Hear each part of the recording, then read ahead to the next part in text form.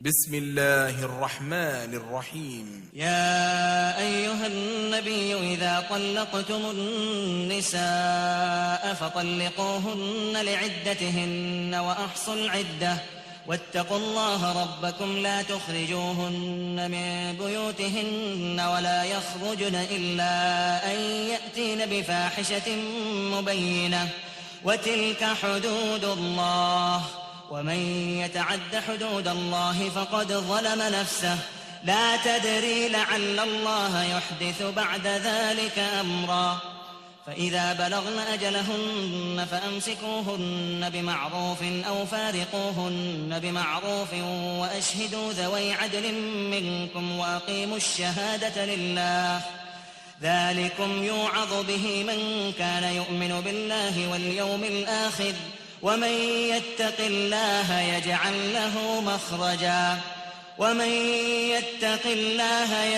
له مخرجا ويرزقه من حيث لا يحتسب ومن يتوكل على الله فهو حسبه إن الله بالغ أمره قد جعل الله لكل شيء قدرا واللائي يئسن من المحيض من نسائكم إن ارتبتم فعدتهن 3 أشهر واللائي لم يحضن وأولاة الأحمال أجلهن أن يضعن حملهن ومن يتق الله يجعل له من أمره يسرا ذلك أمر الله أنزله إليكم ومن يتق الله يكفر عنه سيئاته ويعظم له أجرا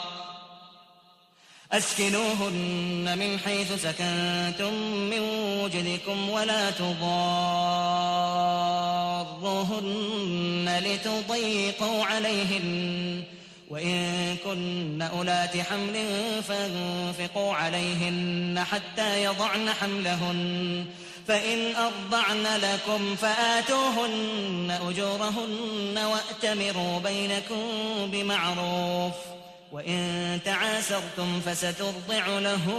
أخرى لينفق ذو سعة من سعته ومن قدر عليه رزقه فلينفق مما آتاه الله لا يكلف الله نفسا إلا ما آتاها سيجعل الله بعد عسر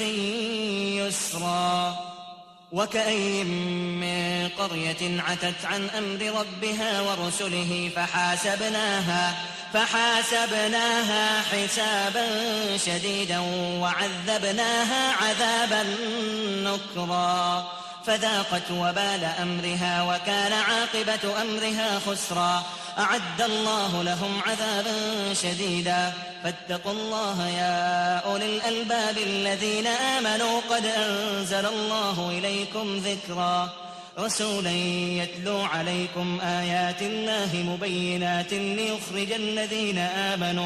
ليخرج الذين آمنوا وعملوا الصالحات من الظلمات إلى النور ومن يؤمن بالله ويعمل صالحا يدخله جنات تجري من تحتها الأنهار خالدين فيها أبدا قد أحسن الله له رزقا الله الذي خلق 7 سماوات ومن الأرض مثلهن يتنزل الأمر بينهن لتعلموا أن الله على كل شيء قدير